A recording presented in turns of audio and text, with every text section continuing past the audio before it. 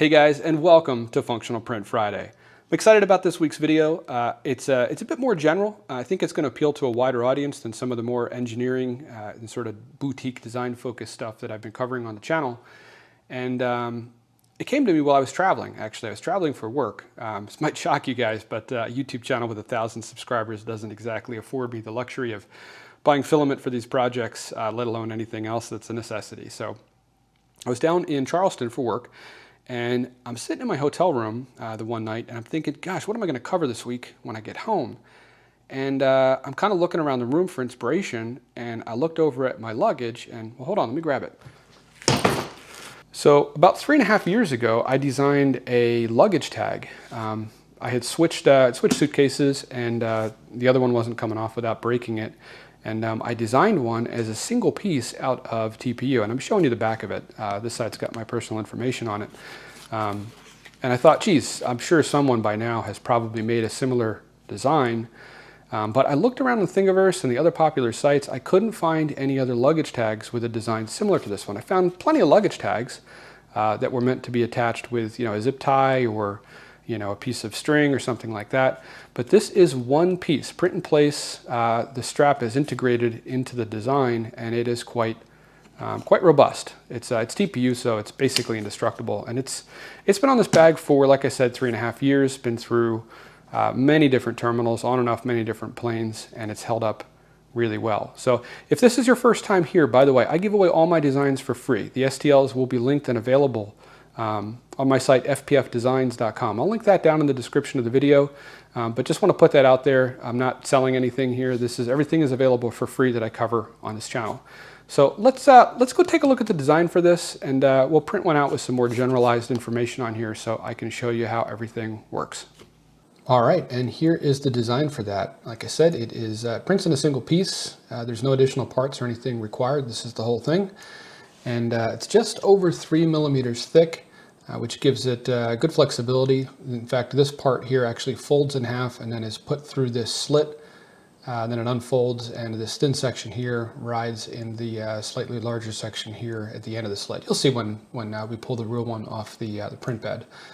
Everything is a bit of a compromise on here between the flexibility, print time, and the durability of this. So the text, as well as the sort of aesthetic outline here, is recessed 1.2 millimeters.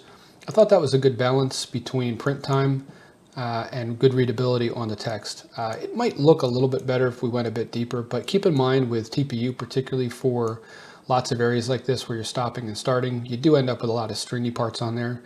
I think at 1.2 millimeters it is very readable. Like I said, the section around the edge, this is purely aesthetic. You could remove this if you want. And I threw just some sample text on here so we could see what this looks like on a sample print. So let's go ahead and print one of these out. I would recommend doing this at a 0.1 millimeter layer height. You're going to get the best quality of the text. It's going to take a little bit longer to print, but I never mind trading a bit longer print time for quality on it. So let's get one out.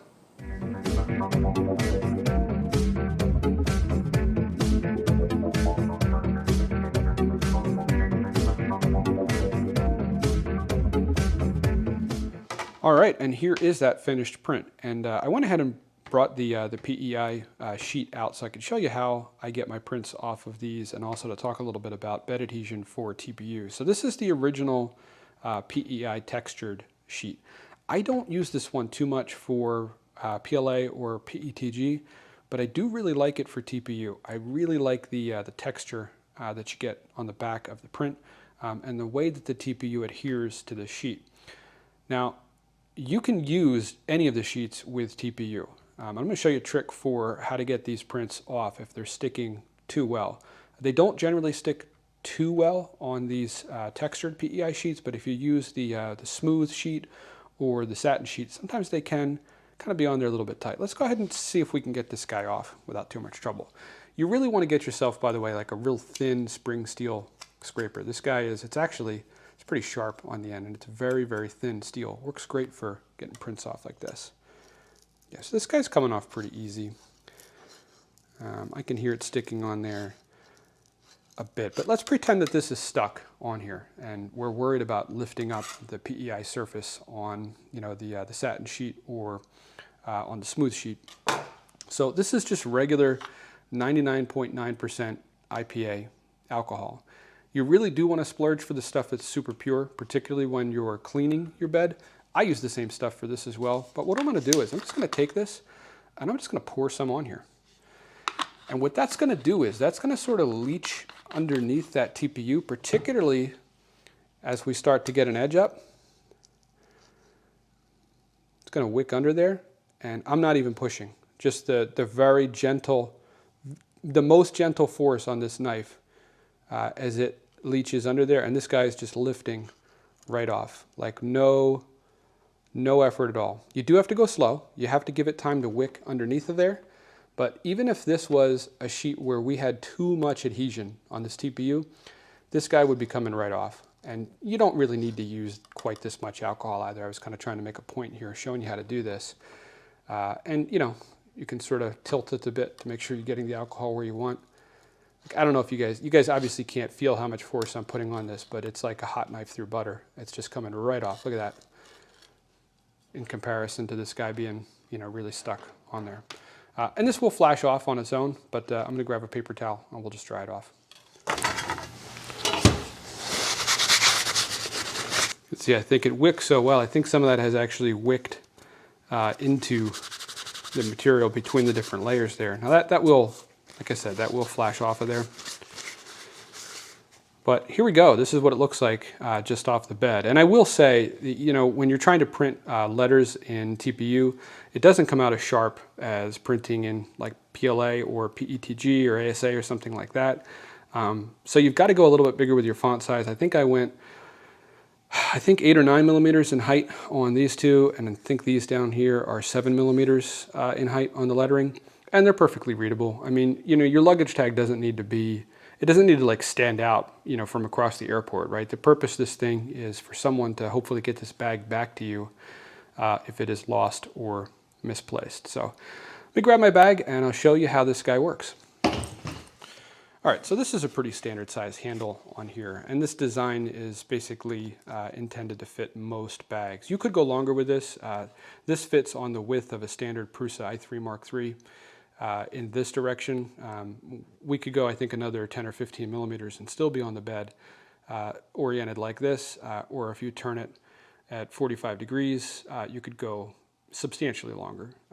It's this section here you want to lengthen, not this part here. That again is where this guy's going to slip through. So let's do that. And this, by the way, this really exploits, this design exploits just how tough this TPU is. This stuff is like, I don't want to say it's indestructible. You know, I could destroy this if I wanted to. I'm sure if I spent all day just bending one part of it back and forth at a right angle, we might be able to get it to tear. But it's really, really tough stuff. So here's what we're going to do. You get this part around your handle, and then you take this part and you fold it. And you're going to take that once it's folded and put it through that slit. And then just pull it through. And once you're all the way through, this thin part here falls into our area that's a little bit bigger here, and it stays there. That guy is, it's not coming out of there. In fact, for someone that doesn't know how this went on, if they're trying to steal your luggage, and yeah, you could cut this off pretty quick, but they're gonna have a hard time actually taking this tag off if they're not familiar with how this type of luggage tag works. It is a bit tricky to get this. I found the easiest way to do it, give it a, like sort of a twist like that, pull it up into this slot, then fold it, and then back out. I'm gonna take this all the way off and show you that even with this abuse, this guy's still gonna be in perfect condition. Look at that. No damage to the material anywhere.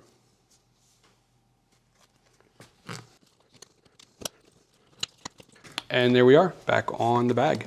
And now that I just put it back on here, actually had a thought. What if we tried the method that I used last week to make the lettering stand out on those mill table covers with this? I'll admit, I haven't tried the silicone caulk on TPU. I don't know how well it sticks. And these letters are also not quite as deep and they're pretty wide. Let's pull this off and give it a shot. All right, so if you missed last week's video, this is what I'm talking about. This is just plain old paintable caulk, and it's the stuff that, it says paint in 20 minutes. It doesn't fully set up in 20 minutes, but it cures, you know, it shrinks and cures probably 80% of the way there in 20 minutes, and then cures, I think, the rest of the way over 24 hours, if I'm not mistaken.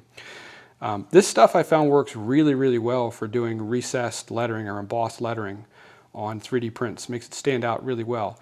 Now, for, you know, working in other materials, I don't know how well this would work in TPU trying to do layer change on this, on a layer underneath. It'd probably be okay, but imagine this print was standing up, and last week's print was. It can be very difficult to do layer changes for color swap when it's on the side. Yeah, if you have an MMU machine, it'll do it for you, but you're performing you know, a color swap for every single layer. It's going to increase your print time a tremendous amount for a fairly simple print.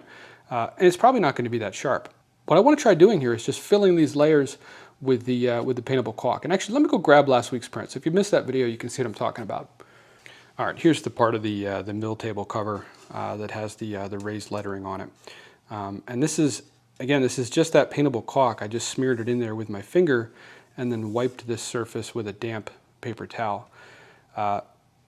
You're probably wondering, well, could I just use paint? Yeah, probably not. I did try at one point in time, and what I found is it wicks into the different layers here and just makes a mess of the whole side.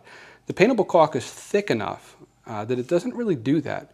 I can see like a little bit of residual residue here from it, but for the most part, it wipes off pretty clean.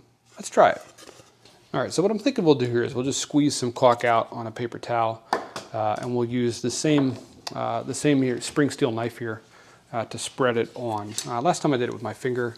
Let's do it with a knife, might be a little bit cleaner.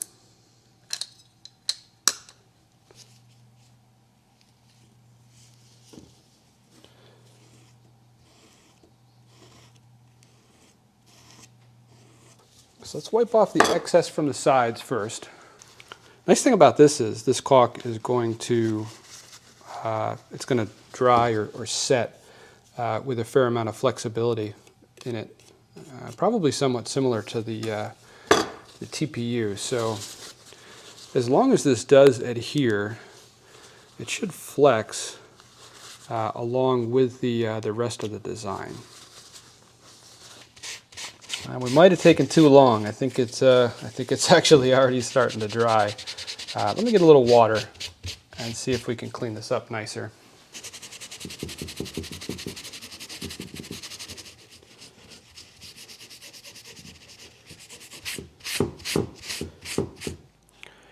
All right, and here is the finished product. And as you can see, I struggled a bit with the technique on this, kind of how damp to have that paper towel, how hard to push to clean up the surface without pulling the caulk out of the lettering. But pretty happy with how that came out. It's not quite as sharp as the lettering that we did on the side of the PLA print, but I think it looks good. And you know, worth noting, we didn't need to fill this for this to be readable. This design works just fine without trying to make it pop like this. I just wanted to see if we could do it. So, guys, as always, thanks for hanging out in the shop with me. I really enjoy sharing this stuff with you guys. You know, and if this is your first time here on the channel, I do a new video like this every single Friday. It's always a functional print. We don't do any trinkets. Nothing you're going to get tired of looking at in your desk and, you know, just throw in the bin in a couple of weeks. I do mostly my own designs, but there's a contact page up here on fpfdesigns.com. Go up there. Send me a message if you're working on something cool. If I check it out, I might just feature it on the channel. If you like this video, take a second, hit that like button. It's going to tell YouTube to show you more stuff like this, not necessarily my channel, but you know, functional 3D printing stuff. And it's also going to tell YouTube to show this video to more people, which does really help grow the channel. And guys, if you are subscribed, I will see you next Friday.